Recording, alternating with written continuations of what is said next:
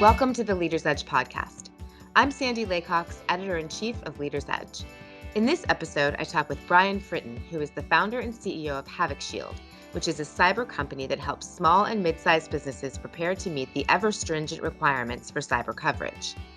We discuss how the cyber threat has changed for small and mid-sized businesses and the challenge they have even completing the application. For brokers, this means business just sitting in the pipelines. Give it a listen. So Brian, thank you so much for joining me. It's great to have you here. Thanks for having me, Sandy. You are the founder and CEO of Havoc Shield, which is a cybersecurity company that could mean many things, of course. So tell us a little bit about what Havoc Shield does. Yeah, sure. So I've been a sort of startup junkie for most of my career, and I've always been the guy in the hot seat in these small companies responsible for defending them from attacks. Without a security team and without the budget or really time to build a professional program that we felt would defend us or help us get a insurance policy with new requirements or help us win a big customer. So we went through a lot of pain to try to build up something that worked for us without spending an arm and a leg. And what we realized was that what my peers, these folks in operational roles, your one IT director, people who are in that hot seat really need something that like what TurboTax did for tax prep, right? When it comes to cybersecurity. So TurboTax took this complex, paper-driven, confusing process that needed an expert involved in it, but you have to do, and it turned it into a step-by-step plan that brings most of us through to filing before the deadline, hopefully. And so we kind of took that model and applied it to what you need to have for a professional cybersecurity program in place. We brought all the vendors, when it comes to the things that you need, like endpoint detection and response, backups, staff training, all that stuff. And we brought it under one roof so you can actually do the homework behind that program as well. And so you are obviously primarily focused on the small business space, those sort of companies that just have that one person that's trying to figure all this out. Yeah. So we, I would say, focus between like the 10 and 200 as a rough cut in employees. But the types of problems they have, are similar in effect nowadays to the types of problems that businesses in the 1,000, 2,000 range have when it comes to security. In that, when we think about the insurance requirements on them, when we think about the types of things that their enterprise customers or partners are asking them to do, it's the same stuff. And so, those 1,000, 2,000 person companies probably have some more assets. And so, yeah, we focus on the SMBs that have an operation they got to get back to. And you all work with brokers, right? Yeah, so we work sort of up and down the chain. We work with MGAs and wholesalers and primarily with independent brokers. Okay, so let's talk a little bit about what's going on in the cyber world for your main clients. We continue to see increasing claims within severity and frequency. How are small businesses handling this? Yeah. Unfortunately, it's still, I think we're still in the trenches, right? Mm-hmm. So I think at a carrier level and a MGA level, we're all trying to figure out what are the right requirements to put in place when it comes to cyber liability. These SMBs, I think, really care about risk transfer more than they ever have before. Mm-hmm. They're incentivized by their partners, their board, and their own sort of fear of the impacts of an attack to get a policy, but they look at a new application that used to be 2 requirements and affordable premium and really good coverage, and it's turned into because of ransomware and all the other events of the last couple of years, 20 requirements and a more expensive premium and maybe some decisions to make in coverage. And so they are looking at the exchange of how much policy can I afford and how much pain is it going to take to get through that, And a lot of them absolutely still want and need that, but they're also looking more proactively at, folks like us who are putting a program together. On the other side of it is, okay, maybe I've got some risk transfer in here with a policy, but I need to be proactive and make sure that, if I get hit by ransomware, if some of this funds transfer fraud comes my way, do I have the assets and the capability of responding to that? And so I think that these small businesses are asking these questions sooner than they ever have before, and they're becoming more proactive, which is really nice to see. But again, they have their day jobs. They have to be guided through these types of things. They have to be done well by someone or a product like us that helps rewrite the jargon into plain language. So one of my questions down the line here was going to be if you were seeing an increase in awareness of the need for not only coverage, but also, risk management. And if so, how are you sort of reaching, well, I'll save that one. So you are seeing an increased awareness. Yeah, absolutely. I mean, it's hard to not see it, right? So as a Main Street business, as a technology startup, I mean, anywhere these small companies sort of reside in the environment, they're looking to their left and they're looking to the right, and they're seeing a competitor or a partner or, someone in their business sphere dealing with the impacts of an attack or, being convinced to wire money to the wrong party, by a malicious actor, things like that. And I think that they see it happening more and more and more. And also, I think finally the security industry has taken a step up in responsibility. The security industry for a very, very long time and still to a large extent has been focused on large companies. And there's been products for these small businesses, but been sort of fragmented and not quite, holistic.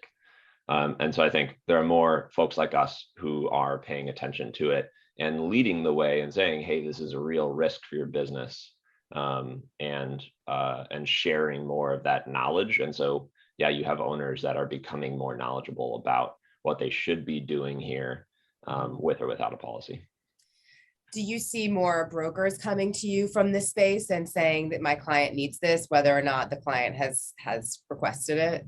Yeah, so that's, in Q4 of last year, that really started to happen a lot. And I think it's a couple of things that are happening. Obviously, brokers want to be trusted advisors to their clients.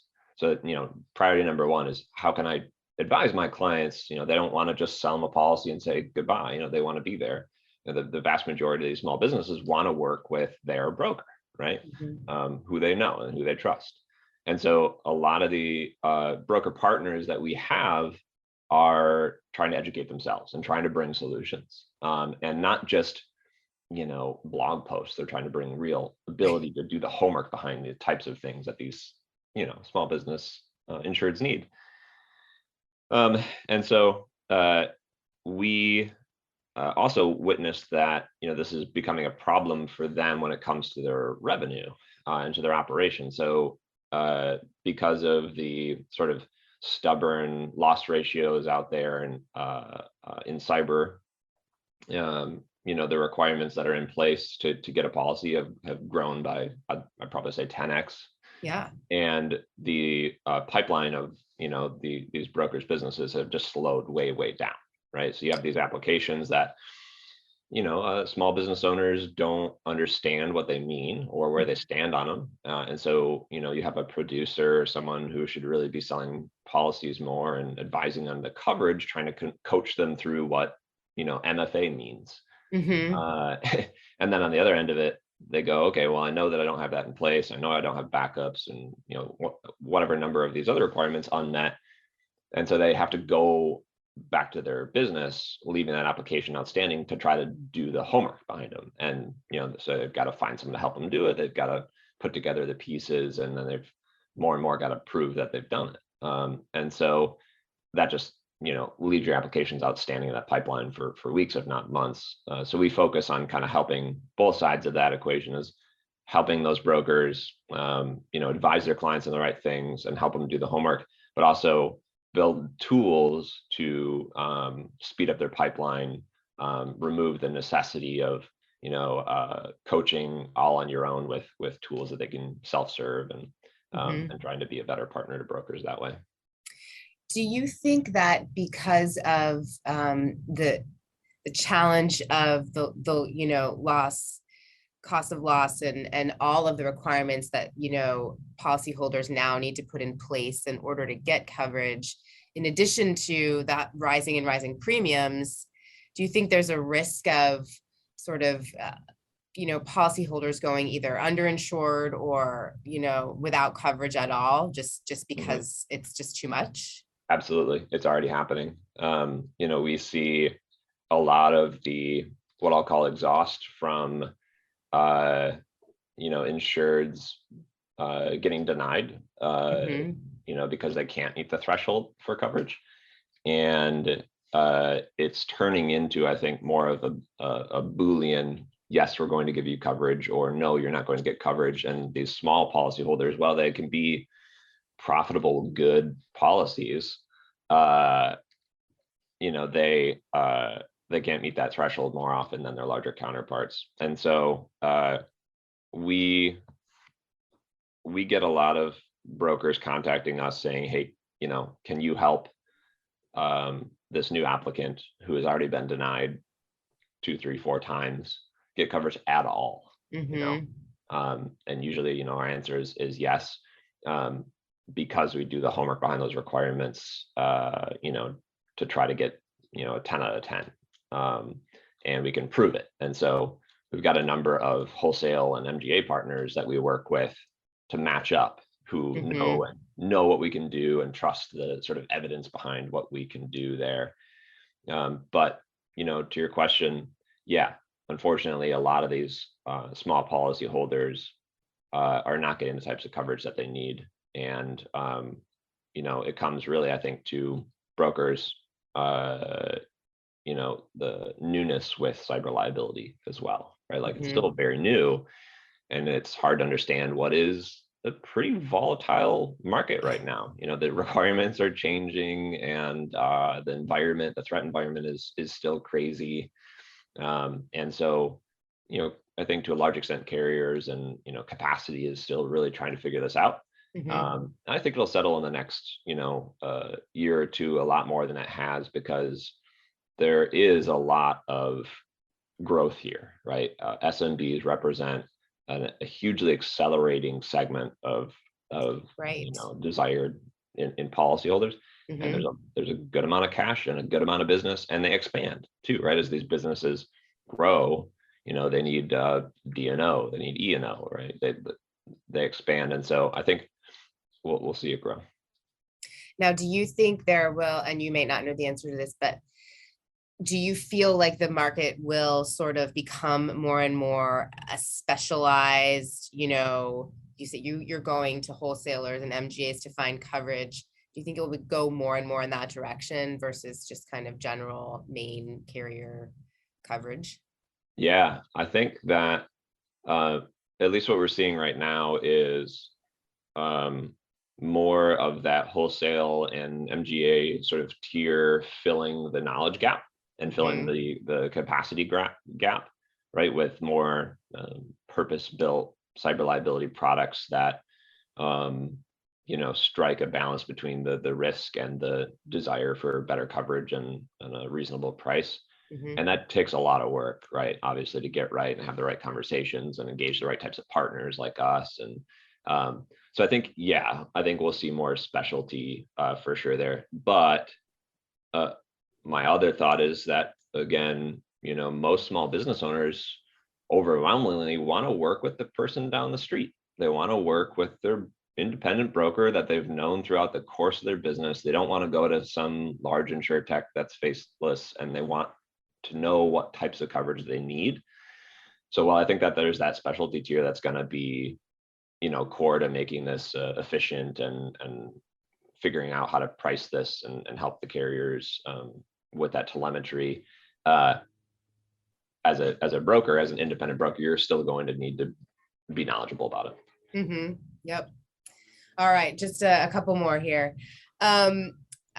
We still hear that things like ransomware and phishing and very sort of employee-focused cyber attacks are happening and driving a lot of the loss. So in your role, how do you reach the employees, the ones who really need to hear the messaging and hear the training? And how do you, because I feel like we've all heard this for a really long time, like don't click on, unknown emails, or so how do you reach them? And then how do you keep up? Are these attacks changing in nature? How do you keep up with that?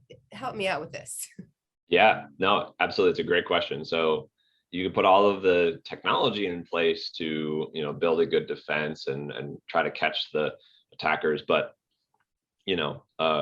if, someone in your operations team or, anyone on your team isn't educated enough on, what a malicious email looks like, or how these types of, fraud transfer, social engineering attacks occur,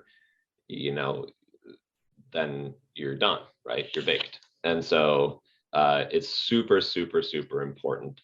And I feel that anyone insuring an SMB or a larger counterpart needs to be asking more about the human element, to your point. What we do is we have a core tool in our tool set that does, award-winning cyber awareness training through a partner of ours. We recommend that it occur in small increments monthly. You get a lot of companies that just do the one annual, checkbox training, and it's just this boring slide deck that happens over like 25 minutes. And no one wants to do it. And like the person responsible just has to herd cats for a whole 2 months to try to get everyone on board, so they can be in compliance. That's not the way that we want to do it, right? You want to make it enjoyable and a learning experience and engage people. And so we try to do that in small little bite-sized sessions. And then, we test it. And so we do phishing simulations, and we, try to make those as real world as possible, both on the sort of, phishing side of things, but also on the, the types of scams and, wire fraud types of techniques that are out there. And then, when inevitably some of those employees fall victim to those tests, we don't scold them. We just help them understand and educate them. And so, that's a part where we want our SMB customers to be better educated at a sort of administrator level about how to roll those things out. So we take pretty good care about how to onboard companies into performing that process. And we try to make it easy to have it be engaging. Staying in front of it, we have an advisory board with folks in like very high level security industry roles. People have built very, very large companies, and led them and really understand at a high level where things are going and have experience in that. But we also have folks on our advisory board who are tactically in the jobs, in security jobs for large, medium, and small companies, with companies like MailChimp, Duo, Webflow, companies and we regularly interface with them to sort of understand across the environment what techniques and tactics they're seeing, because these threats are ever changing. Right. And then we update our what I'll call our catalog of modules, the types of priorities we put people through in our program in our product. We update that to meet the needs. Any thoughts on whether or not we should be paying ransomware? Oh man, this is a hot topic. Yeah, I know. Yeah, it's a very, very hard decision. When it comes to outside of just, will an insurer cover it or should we cover it? You got to think about in the seat of a business owner, they have a decision to make between, okay, well, I can pay the $50,000 ransomware and be back in business tomorrow, or I've got to go through all of the processes, even if they have coverage, to do the the response and remediation and get back up, and they can't often see the light at the end of the tunnel. Yeah. And that's where I think as partners, folks in my position, in my company's position, brokers and insurers as a general risk transfer benefit, we need to do a better job of educating folks how to respond to the inevitability of an attack. And if they can see the light at the end of the tunnel, they've exercised how to respond to an incident, then I think actually we'll see less people opting to pay ransomware. But we've got to do it. And it's got to be more of a question of when an attack will happen, not if it will happen in a lot of cases. And if we take that attitude towards it, people are going to build better defenses, so it's less likely to happen. And when it does happen, then you're going to mitigate the impacts so sincerely that all of our claims risk goes down, the business gets back in business quicker, ransomware becomes less of an attractive target or technique for attackers. And so it kind of solves a lot of problems, but we got to get to that education, that exercise, and that preparation for an incident first. I think that was a good answer to that. So you passed the test. Well, Brian, anything else that from the small business perspective that we didn't go over that you feel like would be great for our listeners? I always like to leave people with like the how-tos of it, so we're a company that differentiates on doing the homework behind requirements. And so I like to always try to be helpful is if you're not going to do anything else, one thing to do is enable multi-factor authentication on everything you possibly can. It just stops a whole category of attacks, and it's really quite easy to do on whatever you use, whether it's Google Workspace for your email, Office 365. Most business SaaS applications now support it. If they don't, move and find one that does. Especially if it's critical to your business.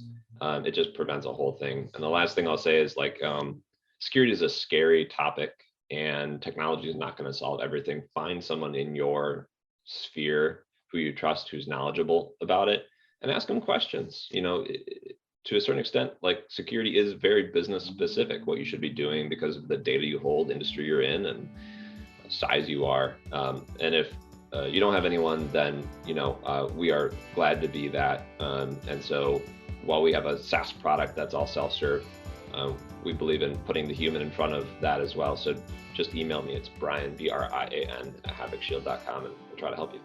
There you go. All right. Well, thank you so much, Brian. It's been great chatting with you, and I really appreciate it. Thanks, Sandy. That was Brian Fritton of Havoc Shield. I hope you enjoyed our conversation. You can find more Leaders Edge podcasts at SoundCloud, Spotify, and Apple Podcasts.